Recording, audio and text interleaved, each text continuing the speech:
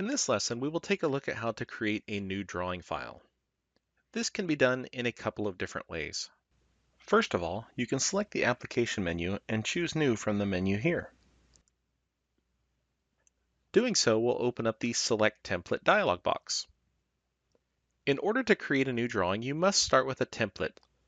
Templates include several bits of information, including the types of units that are being used, as well as several different styles, such as dimension styles and text styles.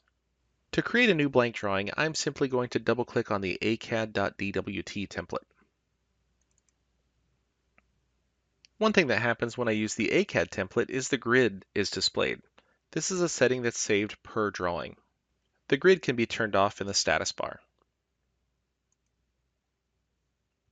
Another important thing to note is the name of the file that I'm in. I am not in the ACAD template. I am in a new drawing based upon that ACAD template. So creating a new drawing actually creates a copy of the template drawing.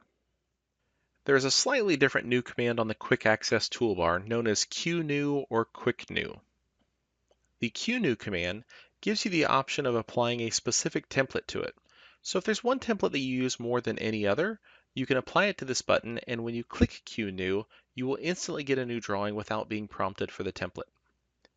If the QNew option has not been set up, then selecting the QNew button is essentially the same thing as selecting New. It opens the Select Template dialog box. This concludes our look at creating new drawings in AutoCAD.